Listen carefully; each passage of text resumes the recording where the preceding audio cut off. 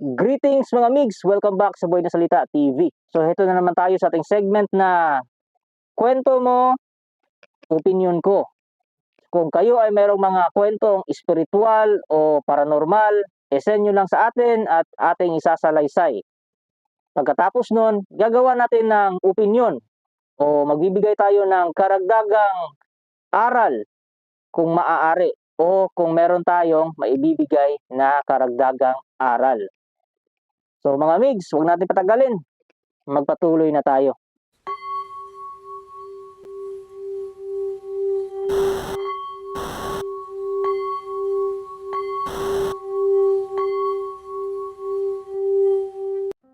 Ang karakter sa kwentong ito ay itago natin sa pangalang Nurse Joy. Siya ay lumaki sa isang modernong pamilya na walang paniniwala sa mga kababalaghan at hindi rin sila naniniwala sa Diyos. Ayon sa kanya, sa tinagal-tagal ng panahon na siya ay nagtatrabaho sa ospital bilang isang nurse, ni minsan wala siyang naranasan o naramdaman na kababalaghan. Para sa kanya, kathang-isip lang ang mga ito. Dumating ang isang araw na si Nurse Joy nakapag-file ng leave para magbakasyon sa isang beach sa Surigao. May isang lugar na kanyang pinasyalan kung saan nanguha siya ng mga bato na mga makukulay at dinala sa kanilang bahay sa kanyang pag-uwi. Simula noon ay palaging nananaginip si Nurse Joy ng mga halimaw at mga pangit na nilalang tuwing hating gabi o di kaya 3:00 ng madaling araw.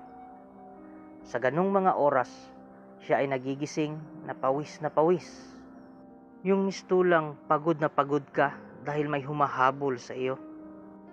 At dahil nga hindi sila naniniwala sa mga kababalaghan, ay binabaliwala lang niya ang mga ito. Hanggang sa naging araw-araw na mga pangyayari at kinaresulta ng pagkasira ng kanyang katawan. Siya ay nangayayat at nanghina ng husto at hindi na makapagtrabaho. Doon lang niya naisip na magpa-check up sa doktor. Pumunta siya sa isang psychiatrist. Nagsitaaan siya nito ng mga gamot.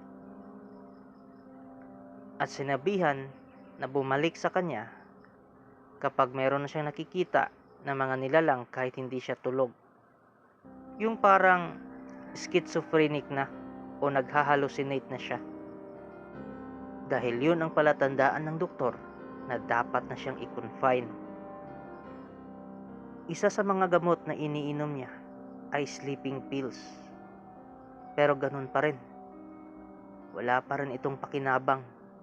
Nagigising pa rin siya tuwing 12:00 o di kaya 3:00 ng madaling araw. Doon na siya nakapagdesisyon na mag-resign sa trabaho at umuwi sa kanyang pamilya. Pagdating niya sa kanilang bahay, ay di mapigilan ng kanyang nanay na umiyak. Pati yung tatay niya galit na galit. Akala kasi nito nagdodroga siya.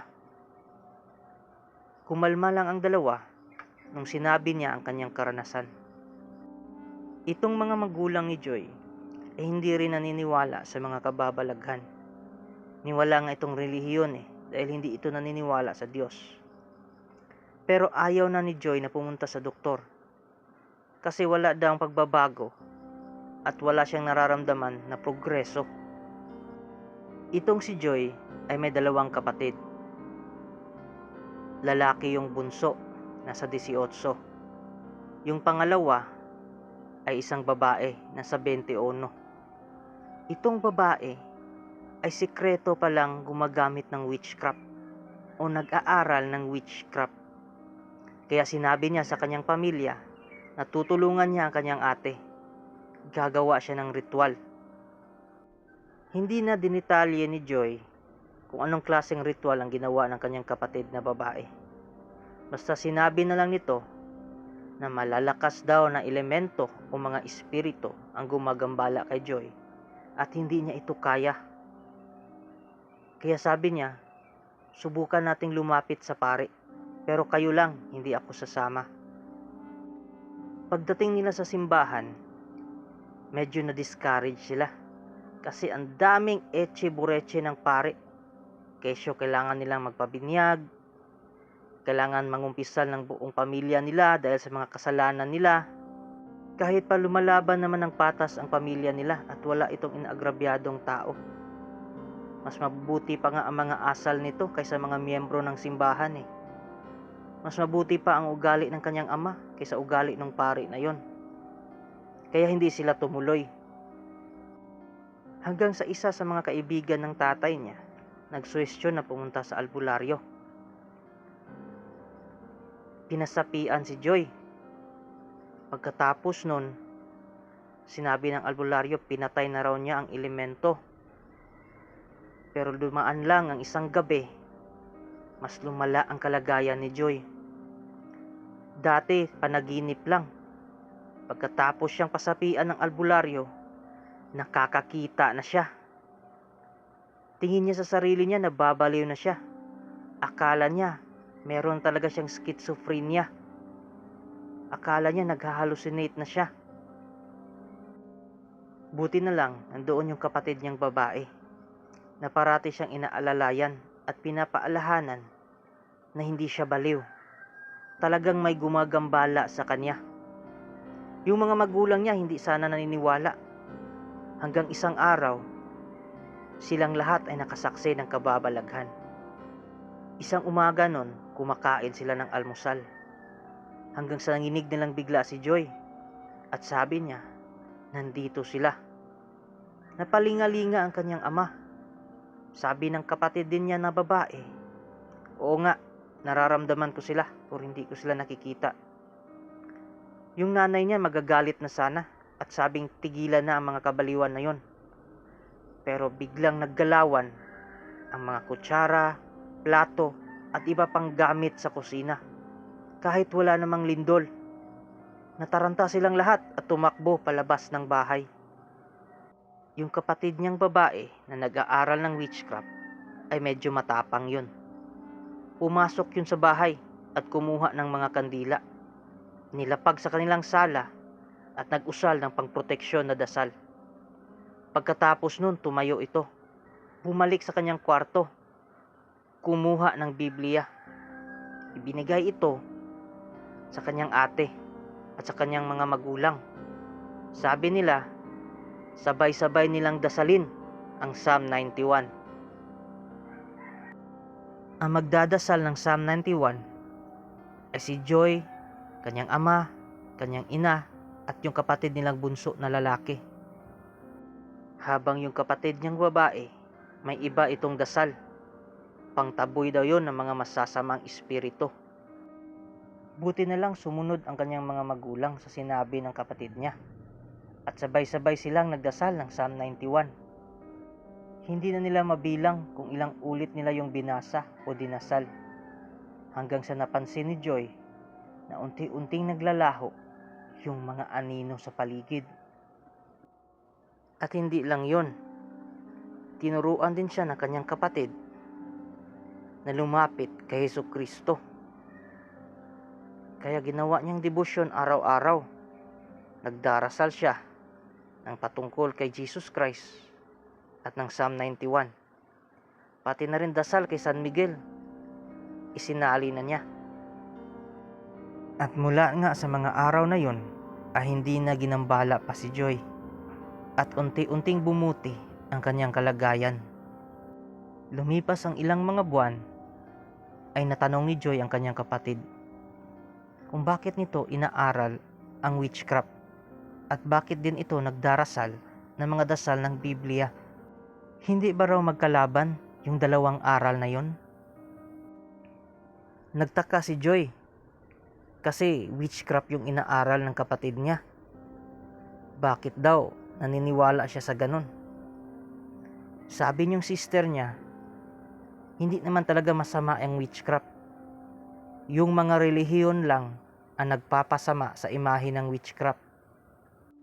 Ang witchcraft kasi raw ay malayang pananampalataya. Ikaw ay malaya na pumili kung sino ang sasambahin mo at kung ano ang pamamaraan mo. Ang mga relihiyon kasi daw, wala naman yang pakialam sa'yo. Ang gusto lang yan, makarecruit ng marami at makalikom ng malaking donasyon at pondo. Si Nurse Joy ay hindi nag-aral ng witchcraft. Kung ano yung nakakatulong sa kanyang dasal, yun lang ang inaaraw-araw niya. Umaga, gabi, o maging sa tanghali kapag bakante ang kanyang oras, ay nagdarasal siya. Doon na pag-isip-isip ni Nurse Joy na hindi mo pala kailangang lumapit o sumali sa mga relihiyon para tanggapin ka ng Diyos. Dahil ang Diyos, lalong-lalo na si Jesucristo, ay para sa lahat. Kasakiman na at mga swapang na tao lang ang nagsasabi na nasa kanila lang ang totoong Kristo at kaligtasan. Mga migs, napaka-detalyado na yung sinabi ni Nurse Joy. Actually, yung nag-email sa akin, hindi si Joy, yung kapatid niya, si Caitlin. So, yun ang nag-aaral ng witchcraft. Pero, hindi siya mangkukulam. Yung iba kasi daw, ang pagkaka-describe ng witchcraft ay matik, mangkukulam. Pero mali daw yan. Ang witchcraft daw ay para sa kanya ay isang malayang pananampalataya. So, halos magkapareho sila ng pinapractice ko ngayon na spirituality. So, pag-uusapan na niyan sa Sunday, kung ano yung pinapractice ko na spirituality. Yung relihiyon ko talaga. So, masasabi ko lang naman doon sa kwento ni Joy. Ganito yan eh. Hindi mo kailangang sumali o magpabiniyag man yan o magpa-bless sa mga tao lang din naman. Pero kung kayo ay naniniwala sa mga pare, pastor, ganun, walang problema doon. Walang problema. Ang sa akin lang naman ay, ito yung opinion ko, ito yung punto ko. Hindi mo masusolo si Jesus. So, mali yan sinasabi nila na nasa kanila lang ang totoong kaligtasan. Kasi, dumating si Jesus para sa ating lahat.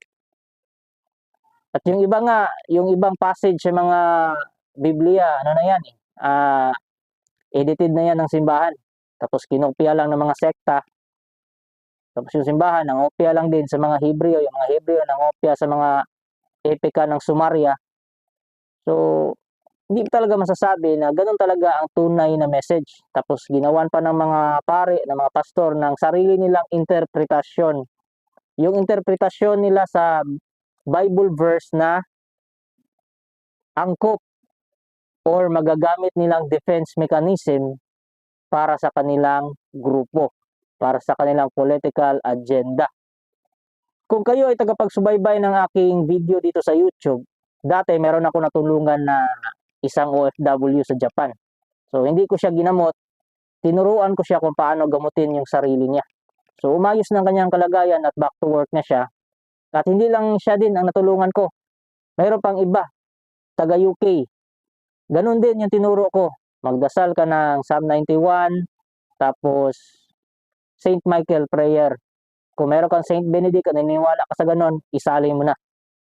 So, umayos ang kanilang kalagayan. Usually, nangyayari sa kanila, yung isa, gambala. Yung isa, kinulam. So, hindi talaga maiwasan. Kahit nasa ibang bansa ka, may mga mangkukulam din. So, much better na may protection ka sa iyong sarili. At yun, babahagi ko yan sa Sunday kung ano yung protection na ginagamit ko. Actually, nasabi ko yan maraming beses eh, yung white light shield. Yan. Hindi yan kailangan sumamba sa mga Diyos-Diyosan. So, universe lang, visualization mo lang. Sidekick energy mo lang ang gagamitin mo. Magbalot ka ng white light shield sa buo mong katawan. So, isa na yon sa mga nakakatulong. At saka yung mga sinabi ko sa inyo na tinuruan ko kung paano gamutin yung sarili, ay sa sarili lang talaga nila ginagamit yung mga aral na yun. Hindi nila ginawang negosyo.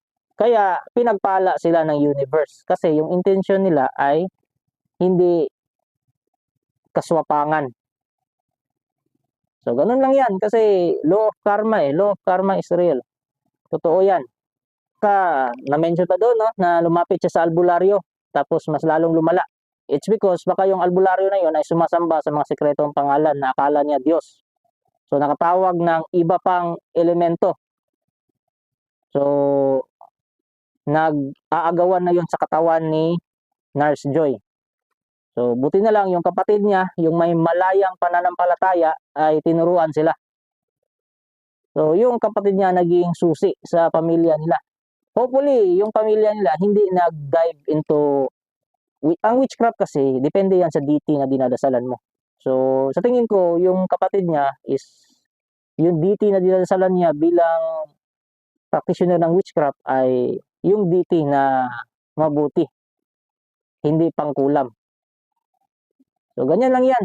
Tsaka ang witchcraft din kasi yung na share sa akin ni Caitlyn, hindi yan tulad ng iba na maraming Diyos, iba't ibang pangalan dinadasalan. Sa kanya, focus lang siya sa isa. Okay yan sa kanya. So mga migs, yun lang muna sa ngayon. Kita-kits until next topic. Thank you.